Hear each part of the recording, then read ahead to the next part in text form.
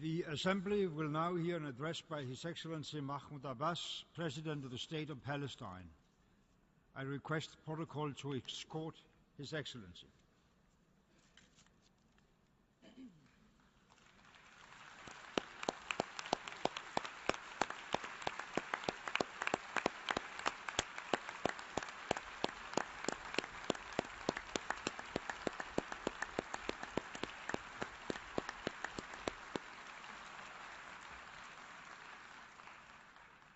On behalf of the General Assembly, I have the honor to welcome to the United Nations His Excellency Mahmoud Abbas, President of the State of Palestine, and invite him to address the Assembly.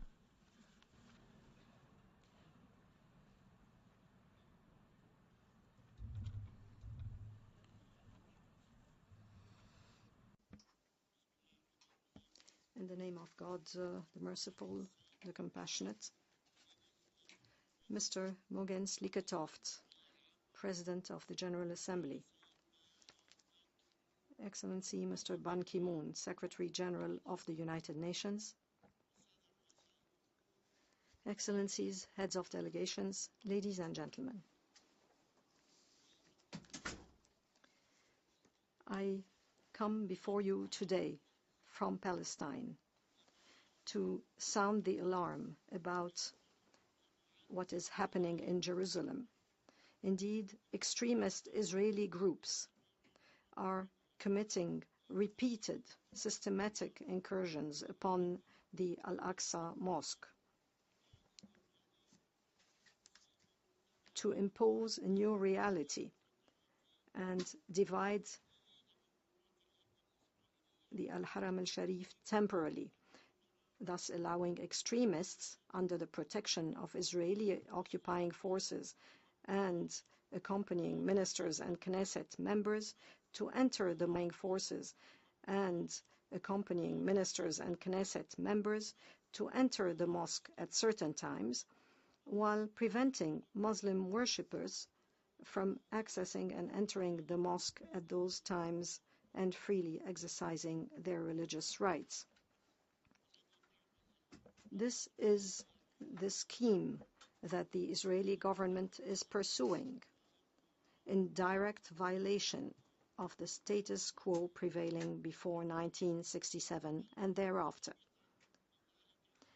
By doing so, the occupying power is committing a grave mistake, because we will not accept this, and our Palestinian people will not allow the implementation of this illegal scheme, which is aggravating the sensitivities of Palestinians and Muslims everywhere. I call on the Israeli government, before it is too late, to cease its use of brutal force, to impose its plans, to undermine the Islamic and Christian sacred sites in Jerusalem, particularly its actions at Al-Aqsa Mosque. For such actions will convert the conflict from a political one to a religious one, thus creating an explosive situation in Jerusalem and in the remaining occupied Palestinian territory. Ladies and gentlemen, Excellencies, it is my honor to come before you to speak on behalf of the State of Palestine before your esteemed General Assembly in this session, which coincides with the 70th anniversary of the United Nations. The United Nations, which has made the promotion and protection of international peace and security and the preservation of human rights its most central goals. The question of Palestine was one of the first just issues brought before the United Nations from its inception. Yet, and regrettably, this issue has remained unsolved, as the organization and its members continue to be unable to end this injustice inflicted upon our people and to assist our people to exercise their right of self-determination and freedom in their independent and sovereign state. Ladies and gentlemen, I ask you to reconsider the history of the question of Palestine and the relevant United Nations resolutions. You will realize the obvious truth That is, that a historic injustice has been inflicted upon a people and a homeland, a people that had lived peacefully in their land and made genuine intellectual, cultural, and humanitarian contributions to mankind. This people does not deserve to be deprived of its homeland, to die in exile or be swallowed by the sea, or to spend its life fleeing from one refugee camp to the other. Yet, regrettably, its just cause remains at a standstill after the passage of all these years. Our people have placed their hopes on the countries of this organization to help them to gain their freedom, independence, and sovereignty, so that their wish and rights to their own state, like all other peoples on earth, can be achieved, along with a just solution for the Palestine refugee question in accordance with General Assembly Resolution 194 and the Arab Peace Initiative. Is it too much to ask? Mr. President, ladies and gentlemen, we are advocates of rightness, justice, and peace. While Palestine was partitioned into two states, according to which Israel was established 67 years ago, the second part of that resolution still awaits implementation. Palestine, the observer state at the United Nations, deserves full recognition and full membership. It is unconscionable in light of all the enormous sacrifices we have made.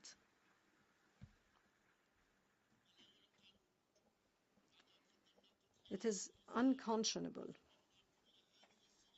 in light of all our enormous sacrifices, our patience over all these years of exile and suffering, and our acceptance to make peace according to the two-state solution based on international law, the relevant United Nations resolutions, the Arab Peace Initiative, and the Quartet roadmap. It is unconscionable that the question of Palestine remain unresolved for all these decades. Mr. President, ladies and gentlemen, the continuation of the status quo is unacceptable because it means giving in to the logic of brutal force being inflicted by the Israeli government. This government continues its illegal settlement expansion in the West Bank, especially in occupied East Jerusalem. It continues its blockade of the Gaza Strip, thus deepening the immense suffering of our people there. This is done in defiance of UN resolutions and agreements signed between the two sides, between us and them, under international auspices. Here, we recall the words of the late Israeli Prime Minister Yitzhak Rabin in 1976,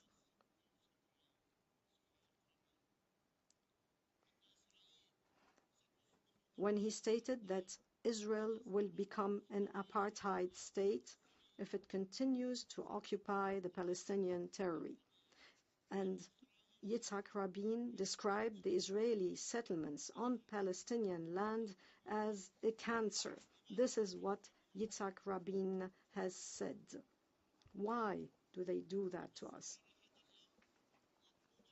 The persistence of this matter prompts us to ask, do the votes by democratic countries against Palestine-related resolutions and Palestine's legitimate rights serve peace and those who believe in the two-state solution, or do they rather serve and encourage extremists and deepen their hatred and racism, making them believe that they are above the law to the point where they commit the burning of a Palestinian family, a whole Palestinian family, in the town of Douma in the West Bank,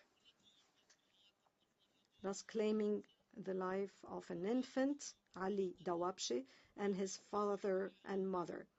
What is left of the family is an orphan child, Ahmed, 4-year-old, who teeters between life and death in hospital as a result of his burns, while the killers remain free and have not yet been arrested.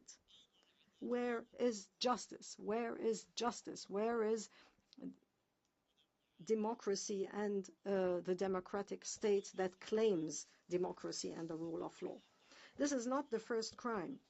Before that, they burned alive, then killed the Palestinian child Muhammad Abu Khdeir in Jerusalem and the child Muhammad al-Durra in Gaza.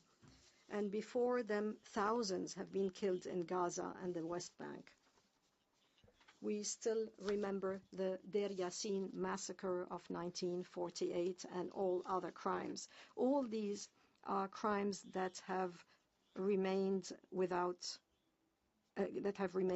impunity.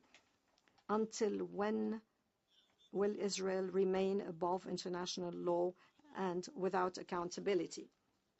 Due to time constraints, I shall not be able to discuss in detail how many Israeli violations are being committed against our people, how many repressive laws have been issued by successive Israeli governments, the latest of which is the formal instructions, governmental instructions given to fire live. Where do you see this happening? Why is it happening? Mr. President, ladies and gentlemen, we do not respond to the Israeli occupation's hatred and brutality with the same. Instead, we are working to spread the culture of peace and coexistence between our people and in our region. We are anxious to witness the day when our people and all peoples in our region will enjoy peace, security, stability, and prosperity. This cannot be achieved with continued occupation, settlement, colonization, the wall, the burning of people. I'm saying again, the burning of people, places of worship and homes, the killing of youth, children, and infants, the burning of crops, and the arrest and detention of people without charge or trial.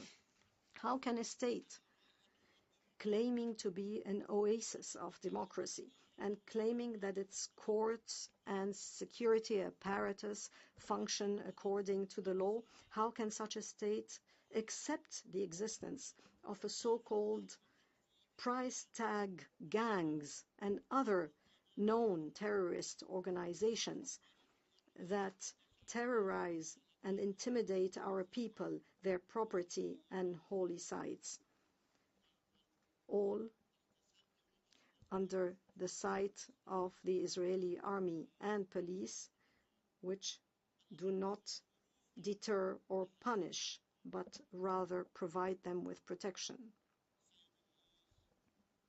Mr. President, ladies and gentlemen, is it not time to end this injustice? Is it not time to stop this suffering? Is it not time for the racist annexation wall to be dismantled? Is it not time for the humiliating and degrading checkpoints and barriers set up by the Israeli occupying forces in our land to be removed?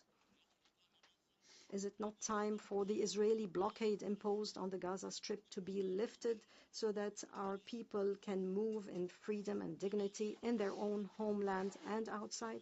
Is it not time to end the racist, terrorist, colonial settlement of our land, which is destroying the two-state solution?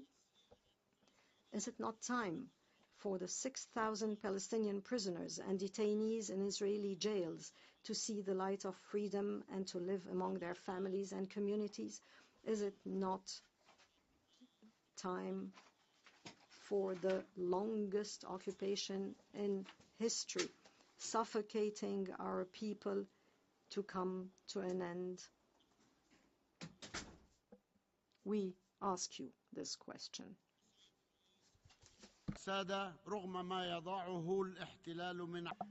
Mr. President, ladies and gentlemen,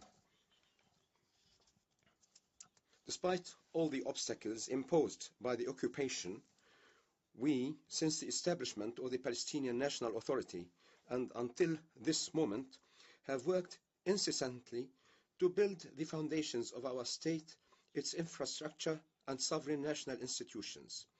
We have made real progress on the ground as affirmed by several international bodies, especially the United Nations, the World Bank, and International Monetary Fund.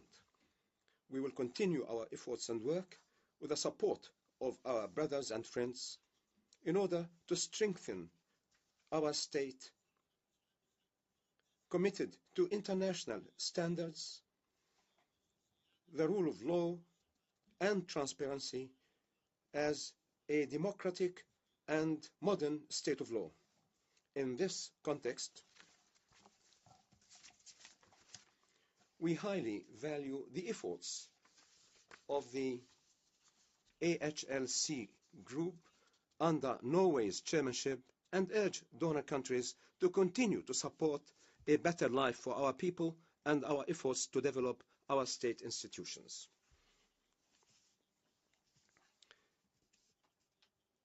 Our accession to membership of international organizations and treaties and conventions is not directed against anyone. Let me repeat, it is not directed against anyone. Rather, it is a measure aimed at safeguarding our rights, protecting our people, harmonizing the laws and regulations of our country with international standards, and strengthening its international legal status and identity. Is this a mistake? In regard to the internal Palestinian situation, we are determined to preserve the unity of our land and our people. We will not accept temporary solutions or a fragmented state. We will not allow this, and we will not allow those who are seeking to do this to do it. We, rather, will seek to form a national unity government that functions according to the program of the Palestine Liberation Organization and to pursue hold presidential and legislative elections. Mr. President, Palestine is the country of holiness and peace. It is the birthplace of Christ, the messenger of love and peace, and the Isra and Mi'raj, ascension to heaven, a night journey of Muhammad, peace be upon him, who was sent as a mercy unto the world. This is Palestine that is still looking for peace, and its people want to live in their homeland in safety, security, harmony, stability, and good neighborliness with all peoples and countries of the region. This is attested to by their cultural, humanitarian, and spiritual contributions to humanity all along from the start. Just recently, specifically on the 17th of May 2015, two nuns from Palestine, namely Alphonsine Ghattas and Maryam Bawardi, were canonized as saints by His Holiness Pope Francis at the Vatican in the presence of tens of thousands of the faithful from around the globe.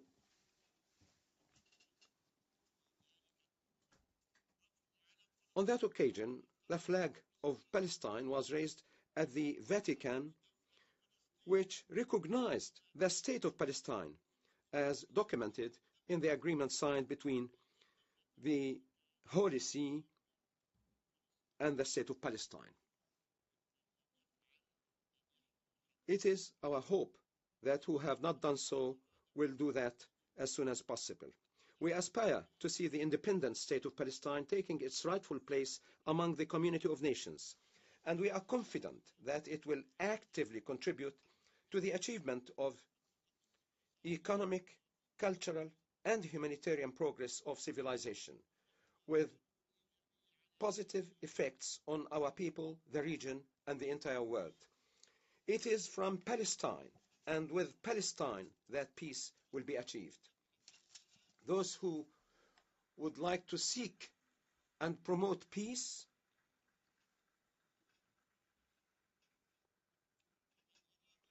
I repeat, those who would like to seek and promote peace and to fight terrorism should start by resolving the question of Palestine.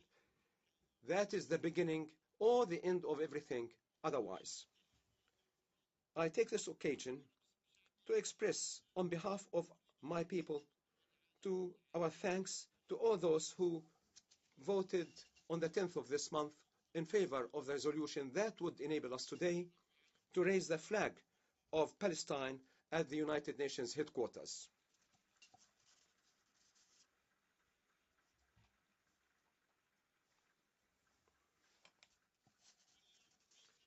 Today, or the day, God willing, is not far when we will raise the flag of Palestine in East Jerusalem, the capital of the state of Palestine.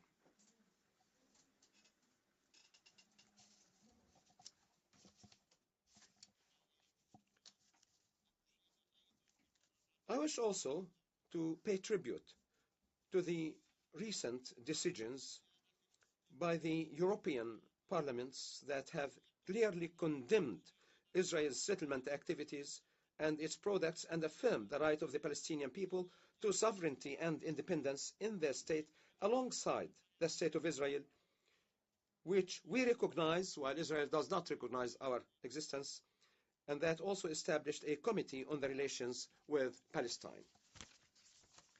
Mr. President, ladies and gentlemen,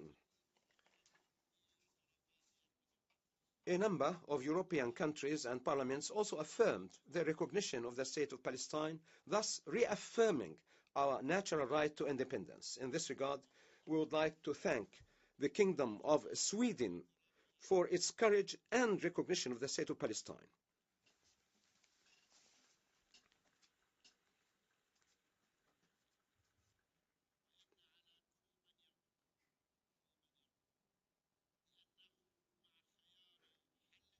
Indeed, everyone who says that they support the two-state solution must recognize the two states, not just one.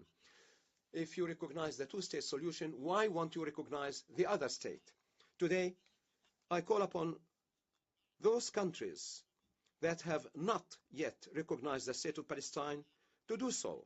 We are fully confident that they will do so based on the conviction in the justice well deserved by our people and their cause.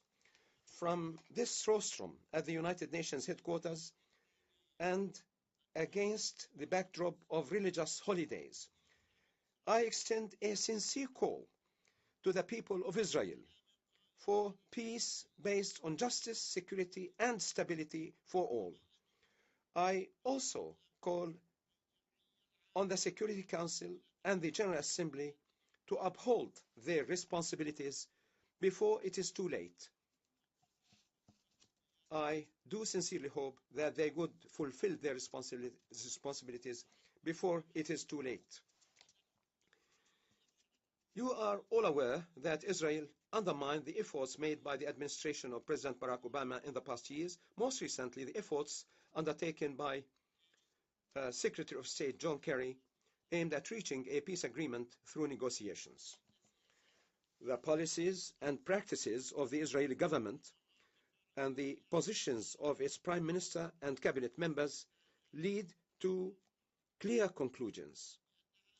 That is, they are working with all their efforts in order to destroy the two-state solution that we are seeking on the basis of the resolutions of international legitimacy. There is no other explanation. We welcome the international and European efforts, including the French initiative, calling for the formation of an international support group for the achievement of peace. The Arab states in their recent summit confirmed their support for a resolution by the Security Council that reaffirms the clear parameters for a peaceful solution in accordance with the two-state solution based on the pre-1967 borders, and that sets a time frame for ending the occupation.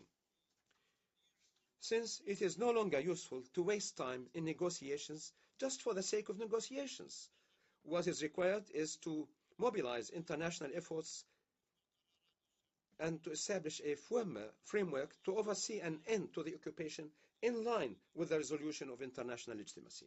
Until then, I repeat, until then, and until then, I call upon the United Nations and particularly the Secretary General of the United Nations, the President of the General Assembly, to provide international protection for the Palestinian people in accordance with international humanitarian law.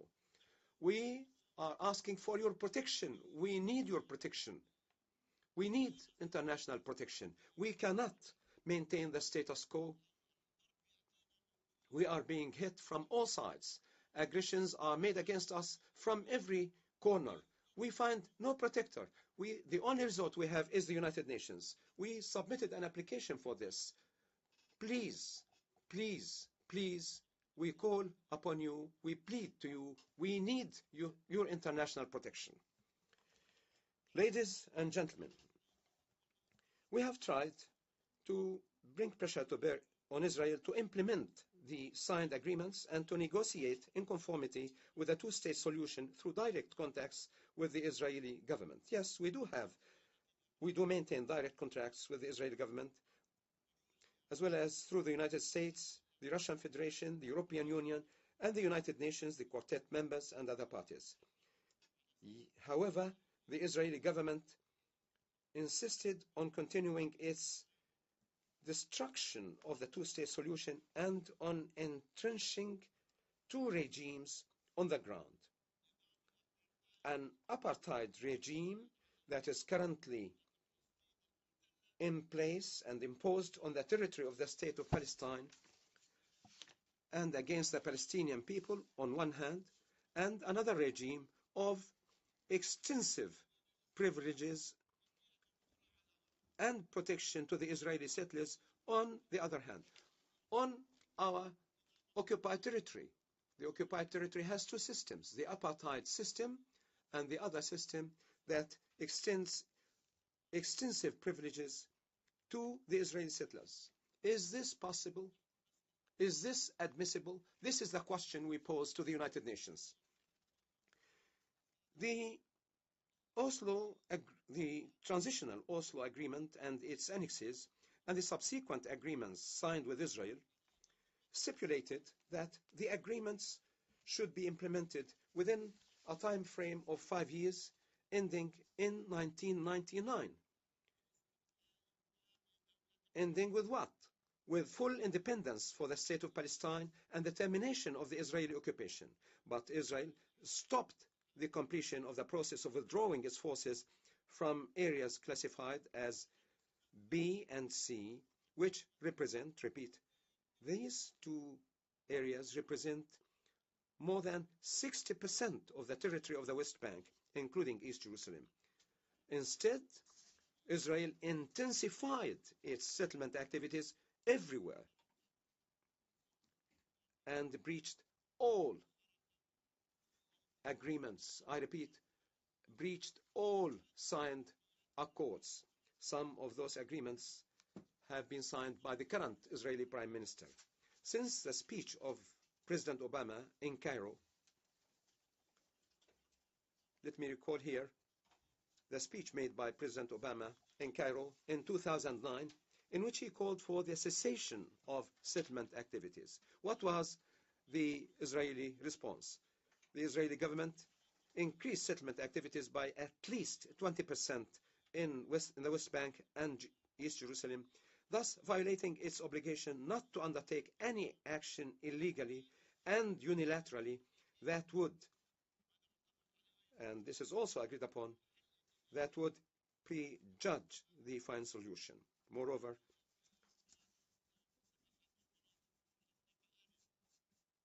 the occupying power has repeatedly infringed upon the areas classified A, which are supposed to be under full Palestinian security jurisdiction and in which we have developed the institutions of our Palestinian state.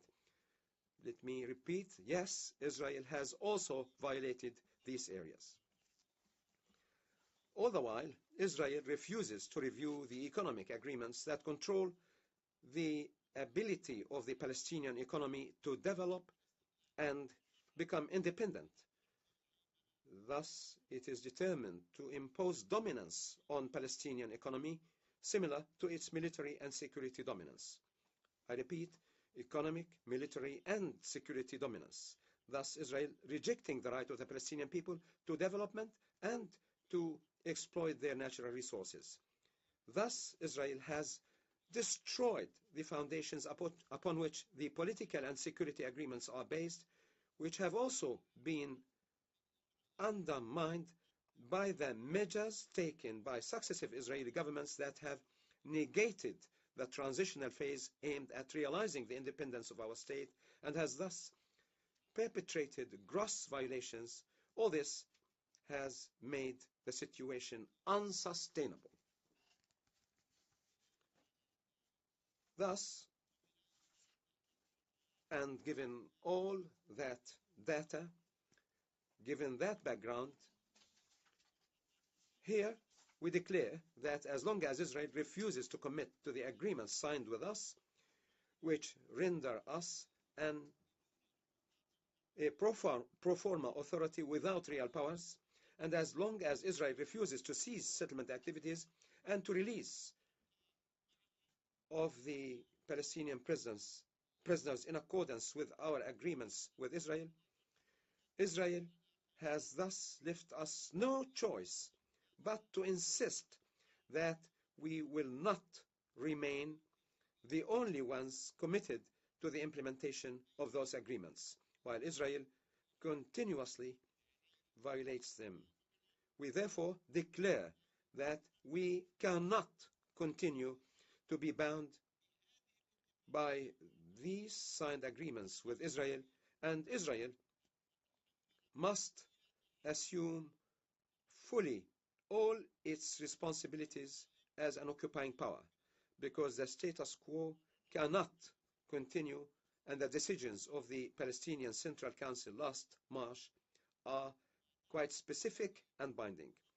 As long as Israel is not committed to the signed agreements and undermined all agreements, we, for our part, are not committed to those agreements, and Israel must bear full responsibility for this development and this situation. This is a decision taken by the Palestinian Parliament, and I am declaring it right here and now. Our patience for a long, long time has come to its end, and it seems that they are not listening to the truth, and Israel should resume its role as an occupying power and bear responsibilities under that concept. The State of Palestine, based on the 4th of June 1967 borders with East Jerusalem as its capital, is a state under occupation. Yes, we are under occupation, exactly as many countries had the same status during the Second World War. It is to be recalled that 137 states, I repeat, 137 states recognized our state. That is 4 times the number of states that recognized Israel at its foundation. I repeat, 137 countries. And there is universal recognition of the right of self-determination of our people. Here, I would like to further recall of General Assembly Resolution 6719 of 2012, which emphasized that which accorded to Palestine observer state status reaffirmed that the Executive Committee of the Palestine Liberation Organization would be the interim government of the State of Palestine, and that the Palestinian National Council is the Palestinian Parliament of the State of Palestine. Why, given all that, Israel does not recognize the State of Palestine? I must reiterate, the current situation is unsustainable, and we shall start implementing the declaration I have just announced by legal means. We shall not resort to violence. We shall resort to peaceful and legal means to implement that. Either the Palestinian National Authority would be a transitional power, moving the Palestinian people from under occupation to independence, or Israel, the occupying power, must fully bear its responsibilities. At the same time, and based on our commitment to the principles of international law, the State of Palestine will continue its efforts to accede to international conventions and organizations. All of them, all international organizations. This is our right to accede to all of them, because this would be fully in line with and harmonizing our status with international law.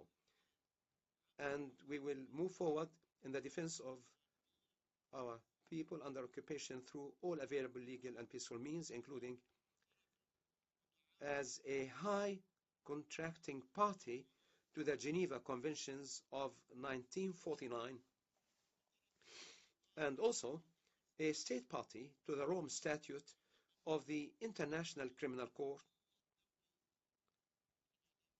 Yes, Palestine is a member of the International Criminal Court. Those who fear international law and international courts must cease from committing crimes.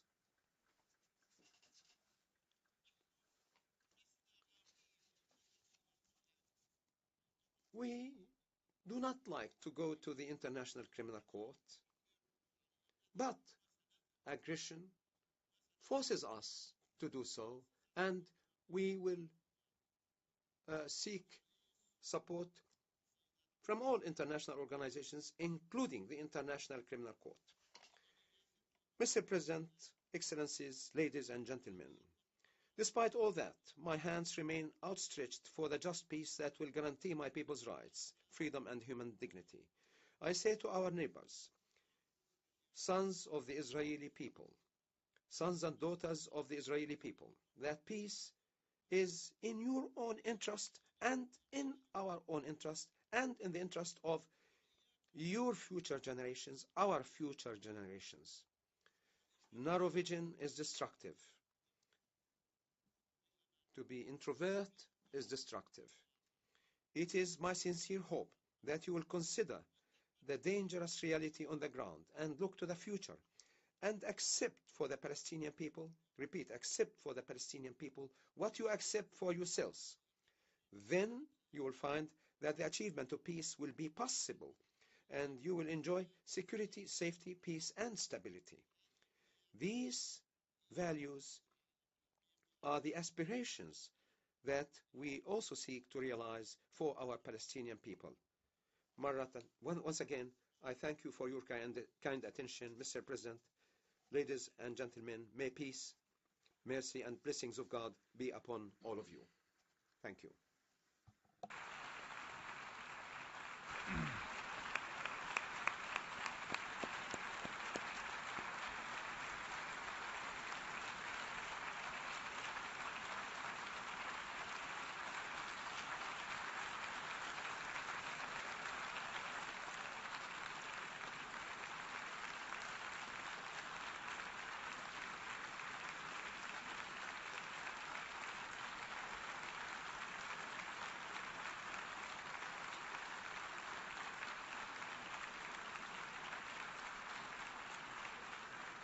On behalf of the General بالنيابة عن الجمعية العامة أريد أن أشكر بدوري رئيس دولة فلسطين لبيانه الذي ألقاه للتو، وأطلب من حضرات أعضاء الوفود البقاء في مقاعدهم حتى أحيي السيد الرئيس إلى خارج القاعة.